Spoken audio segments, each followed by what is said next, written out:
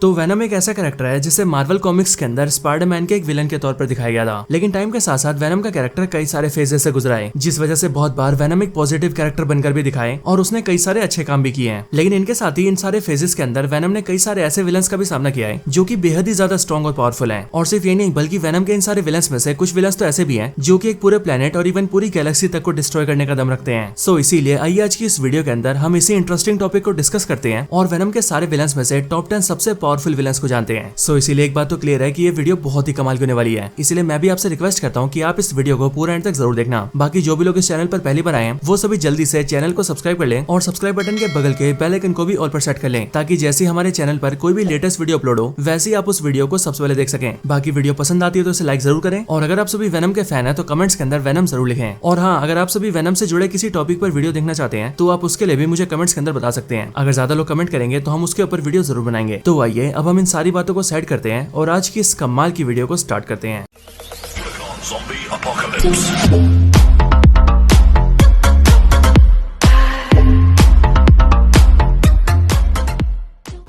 Number 10 श्रीक। तो ये श्रीक और कोई नहीं बल्कि कार्नेज के होस्ट क्लीटस कैसिडी की लव इंटरेस्ट है और ये वेनम से बहुत ज्यादा नफरत करती है। अगर बात करें श्रीक के मार्वल कॉमिक्स में देखने की तो कॉमिक्स में श्रीक का फर्स्ट अपीयरेंस हुआ था साल 1993 में आई स्पाइडरमैन अनलिमिटेड इशू 1 के अंदर। ये श्रीक जब छोटी होती है तभी अपने बचपन से क्लीटस कैसिडी से प्यार करती है और इसीलिए ये क्लीटस के लिए कुछ भी कर सकती है। हालांकि अगर श्रीक की पावर्स की बात की जाए तो ये श्रीक यानी कि फ्रांसिस बेरिसन एक पावरफुल म्यूटेंट है जिसके पास सोनिक स्क्रीम जैसी कई सारी कमाल की पावर्स हैं। अब बेसिकली देखा जाए तो श्रीक वेनम की डायरेक्ट एनिमी नहीं है, क्योंकि वो एनिमी बनती है क्लीटस की वजह से। असल में कार्नेज वेनम का एनिमी है और कार्नेज का होस्ट है क्लीटस कैसिडी। एंड अब क्योंकि क्लीटस और कार्नेज दोनों ही वेनम से नफरत करते हैं, इसीलिए अल्टीमेटली ये पगलैट भी वेनम से नफरत करती है। हालांकि अगर देखा जाए तो श्रीक ज्यादा पावरफुल नहीं है और उसके पास सिर्फ एक सोनिक स्क्रीम की पावर है। लेकिन अब क्योंकि सोनिक साउंड वेनम की एक बहुत बड़ी वीकनेस है, इसीलिए जब भी श्रीक वेनम के सामने आती है तब वो वेनम को बहुत ज्यादा डैमेज कर देती है और इसीलिए वेनम के लिए श्रीक से लड़ पाना काफी मुश्किल हो जाता है। नंबर 9 जैक ओ लैंटर्न। तो मार्वल कॉमिक्स के अकॉर्डिंग जैक ओ लैंटर्न एक काफी पावरफुल विलन है और कॉमिक्स के अंदर ये क्राइम मास्टर के लिए काम करता है। जैक ओ लैंटर्न एक ऐसा कैरेक्टर है जो कि बचपन से ही बहुत ही ज्यादा मर्सिलेस और ब्रूटल है। मतलब ये इतना निर्दयी है कि इसे दूसरे से कोई फर्क नहीं पड़ता है और इसीलिए इतना ज्यादा ब्रूटल होने की वजह से इसने अपनी लाइफ में बहुत सारे लोगों को मारा है। यहाँ तक कि मार्वल कॉमिक्स के अंदर एक टाइम ऐसा भी आता है जब ये जैक ओ लैंटर्न अपने पेरेंट्स तक को मार देता है। हालांकि अगर बात करें इसके वेनम से दुश्मनी की तो जैक ओ लैंटर्न की वेनम से दुश्मनी तब होती है जब वेनम फ्लैश थॉमसन के साथ बॉन्ड होता है और उस टाइम पर वेनम एजेंट वेनम होता है। लेकिन कॉमिक्स के अंदर एक टाइम ऐसा आता है जब जैक ओ लैंटर्न और वेनम दोनों को अंटार्कटिक वाइब्रेनियम चाहिए होता है और फिर इसीलिए ये दोनों दुश्मन बन जाते हैं और एक दूसरे से लड़ाई भी करते हैं। अगर बात की जाए जैक ओ लैंटर्न की पावर्स की तो ये फिजिकली काफी पावरफुल है, इसकी बॉडी काफी स्ट्रॉन्ग है और ये काफी ज्यादा ड्यूरेबल भी है। बाकी इसके अलावा इसके पास पंपकिन बॉम्ब्स भी होते हैं जो कि ऐसे पावरफुल वेपन्स होते हैं जिनका इस्तेमाल ये अपने दुश्मनों के ऊपर करता है। एंड इसीलिए देखा जाए तो ये भी वेनम का काफी पावरफुल दुश्मन है।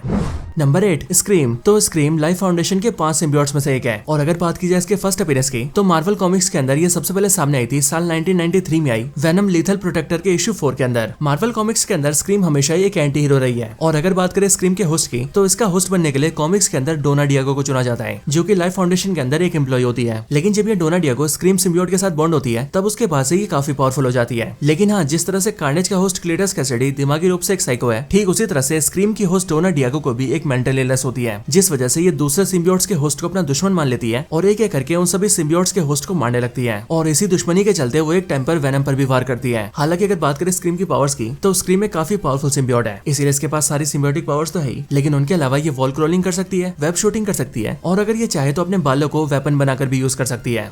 Number 7 Riot. तो रायट वेनम की फर्स्ट मूवी के अंदर उसका मेन विलन होता है और ये मूवी के फाइनल फाइट सीन के अंदर वेनम को ढंग से कूटता है। हालांकि अगर रायट की मार्वल कॉमिक्स के ओरिजिन को देखा जाए तो मार्वल कॉमिक्स के अंदर रायट वेनम का ऑफस्प्रिंग होता है, जिस ऑफस्प्रिंग को लाइफ फाउंडेशन जबरदस्ती स्पॉन करवाता है। लेकिन अगर मूवीज की माने तो मूवीज के अकॉर्डिंग रायट वेनम के साथ का सिम्बियोट है। हालांकि बेशक से रायट वेनम की लाइनेज का सिम्बियोट है, लेकिन तब भी वो वेनम के कंपैरिजन में काफी ज्यादा पावरफुल है। इसके साथ ही अगर बात करें रायट के होस्ट की तो मूवी के अंदर अपने होस्ट के तौर पर रायट लाइफ फाउंडेशन के हेड को चुन लेता है, लेकिन वहीं बात करें वेनम की तो वेनम चुनता है एडी ब्रॉक को। और अब क्योंकि वेनम का होस्ट काफी ज्यादा पावरफुल होता है, इसीलिए रायट से थोड़ा कमजोर होने के बाद भी वेनम उसे काफी अच्छी टक्कर देता है और फाइट के एंड सीन में अपना थोड़ा दिमाग लगा के वो रायट को खत्म भी कर देता है।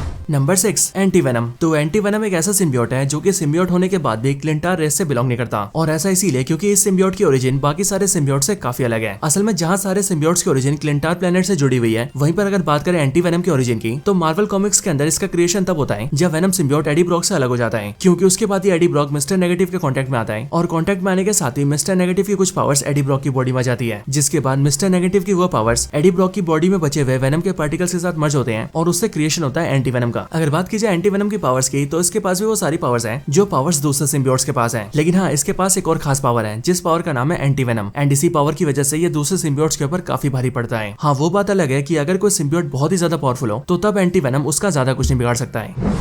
Number 5, Spiderman. तो पीटर पार्कर यानी कि स्पाइडरमैन वेनम के सबसे बड़े विलन्स में से एक है और वेनम स्पाइडरमैन से बहुत ज्यादा नफरत करता है। और सिर्फ यही नहीं बल्कि अर्थ पर वेनम का जो पहला विलन होता है वो भी स्पाइडरमैन ही होता है। वेनम स्पाइडरमैन को इसीलिए अपना दुश्मन मानता है क्योंकि जब वेनम स्पाइडी से बॉन्ड होता है तब स्पाइडी उसे अपनी बॉडी से निकालकर अलग कर देता है। हालांकि अगर बात करें स्पाइडरमैन की, तो स्पाइडी को जब वेनम पहली बार मिलता है तब वो उसके लिए सिर्फ एक ब्लैक सूट होता है जिसने की उसकी पावर्स को एनहांस कर दिया होता है। लेकिन टाइम के साथ धीरे धीरे करके वेनम स्पाइडरमैन को करप्ट भी करने लगता है और इसीलिए जैसे ही स्पाइडरमैन को इस बारे में पता लगता है वैसे ही वो वेनम को अपनी बॉडी से अलग कर देता है। लेकिन वेनम को इस बात से बहुत बुरा लगता है और वो स्पाइडरमैन को अपना दुश्मन बना लेता है। हालांकि अगर बात करें मार्वल कॉमिक्स की, तो मार्वल कॉमिक्स के अंदर स्पाइडरमैन और वेनम ने कई बार मिलकर भी काम किया है और जब भी बात दुनिया को बचाने की आई है तब ये दोनों हमेशा एक ही टीम में पाए गए हैं।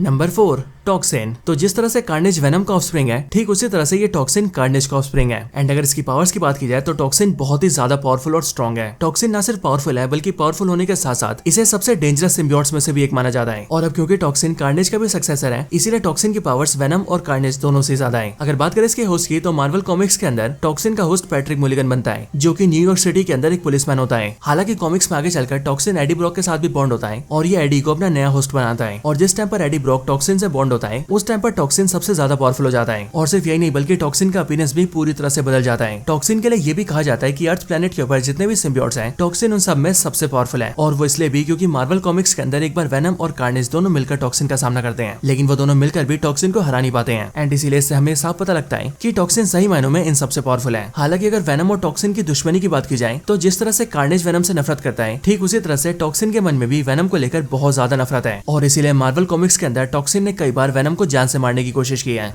Number 3, carnage. तो कार्नेज वेनम का ऑफस्प्रिंग है एंड वेनम का सक्सेसर होने की वजह से ये वेनम से भी ज्यादा पावरफुल, स्ट्रॉन्ग और ब्रूटल है। हालांकि जैसे कार्नेज का जन्म होता है वैसे वो क्लीटस कैसिडी नाम के एक साइको के साथ बॉन्ड हो जाता है। और अब क्योंकि किसी भी सिम्बियोट का होस्ट उस सिम्बियोट को भी इफेक्ट करता है, इसीलिए एक साइको के साथ बॉन्ड होने की वजह से ही कार्नेज भी पैदा होते ही बहुत ज्यादा ब्रूटल बन जाता है एंड उसे दूसरों को मारने में मजा आने लगता है। कार्नेज की पावर्स की बात करें तो वो वेनम से काफी स्ट्रॉन्ग है और सिर्फ यही नहीं बल्कि वो जैसे चाहे वैसे वेपन्स को भी क्रिएट कर सकता है। और रही बात वेनम से दुश्मनी की, तो कार्नेज तो अपने जन्म से ही वेनम का कट्टर दुश्मन है, इसलिए जब ये वेनम को अपने सामने देखता है वैसे ही ये उसे खत्म करने की कोशिश करता है। Number 2, Thor. तो अपना थॉर तूफान का नेता होने के साथ साथ एक बहुत ही पावरफुल सुपर हीरो भी है जिसने कि एवेंजर्स टीम के साथ मिलकर कई सारे बड़े खतरों से दुनिया को बचाया है। थॉर एक गॉड है, इसीलिए थॉर बहुत ज्यादा पावरफुल है एंड अपने पावर्स के दम पर थॉर ने अकेले ही बहुत सारे विलन्स को चटकाया है। हालांकि अगर बात करें थॉर और वेनम की दुश्मनी की, तो अपना तूफान का नेता थॉर सिर्फ वेनम का नहीं बल्कि सारे सिम्बियोट्स का दुश्मन है। और जब हजारों साल पहले दुनिया में वेनम नहीं भी था, तब भी थॉर ने कई सारे सिम्बियोट्स का सामना किया है। मार्वल कॉमिक्स में थॉर और वेनम कई बार फाइट कर चुके हैं, लेकिन हाँ, सिम्बियोट्स के आगे थॉर के पास एक बड़ा एडवांटेज है और वो है थॉर का थंडर अटैक। और अगर सिम्बियोट्स को देखा जाए तो उनके ऊपर थॉर का थंडर अटैक काफी बुरा असर करता है, क्योंकि जैसे थॉर उन पर अटैक करता है वैसे सिम्बियोट्स काफी वीक पड़ जाते हैं, जिस वजह से वो थॉर को ज्यादा नुकसान नहीं पहुंचा पाते हैं। नंबर 1, नल। तो नल सारे सिम्बियोट्स का गॉड है, इसीलिए मार्वल यूनिवर्स के अंदर जितने भी सिम्बियोट्स हैं उन सभी का अल्टीमेट क्रिएटर भी ये नल ही है। नल की ओरिजिन की बात की जाए तो नल इस दुनिया में तब से एग्जिस्ट करता है जब यूनिवर्स में बिग बैंग भी नहीं हुआ था, लेकिन उस टाइम पर यूनिवर्स के अंदर सिर्फ डार्कनेस हुआ करती थी और नल उसी डार्कनेस को रूल किया करता था। लेकिन जब सेलेस्टियल्स ने क्रिएशन स्टार्ट किया तब वो अपने साथ लाइट को लेकर आए और इसीलिए ये सब देखकर नल को बहुत गुस्सा आ गया और उसने धीरे धीरे करके यूनिवर्स से सारी लाइट को खत्म करना शुरू कर दिया। नल की पावर्स की बात करें तो नल सेलेस्टियल से भी ज्यादा पावरफुल है और इसने अपनी लाइफ में बहुत सारे गॉड लाइक बींग्स को मारा हुआ है। इसके अलावा इसके पास सिम्बियोट्स की पूरी आर्मी है और नेक्रोसोर्ड नाम का यूनिवर्स का one of the most powerful weapon है। नल और वेनम की दुश्मनी की बात की जाए तो वेनम नल को अपना दुश्मन मानता है और वो इसीलिए क्योंकि नल वेनम को एडी से छीनना चाहता है। जबकि वही बात की जाए वेनम की, तो उसे नल के साथ रहने में कोई इंटरेस्ट नहीं है और अगर वो किसी के साथ रहना चाहता है तो वो है एडी ब्रॉक और इसी रीजन की वजह से वेनम नल को अपना दुश्मन मानता है। सो दोस्तों, ये थी वीडियो वेनम के टॉप 10 सबसे पावरफुल विलन्स के ऊपर। आप सभी को वीडियो कैसी लगी मुझे कमेंट्स के अंदर जरूर बताएं और अगर आप सभी का कोई और रिकमेंडेशन हो तो आप वो भी मुझे कमेंट्स के अंदर बता सकते हैं। बाकी वीडियो पसंद आई हो तो इसे लाइक जरूर करें, चैनल को सब्सक्राइब नहीं करा तो अभी के भी सब्सक्राइब कर लें, सब्सक्राइब बटन के बगल के बेल आइकन को भी ऑल पर सेट कर लें एंड आप सभी इसी तरह से हंसते और मुस्कुराते रहें। बाकी मैं मिलता हूँ आपसे ऐसी किसी और बेहतरीन वीडियो में, तब तक के लिए गुड बाय।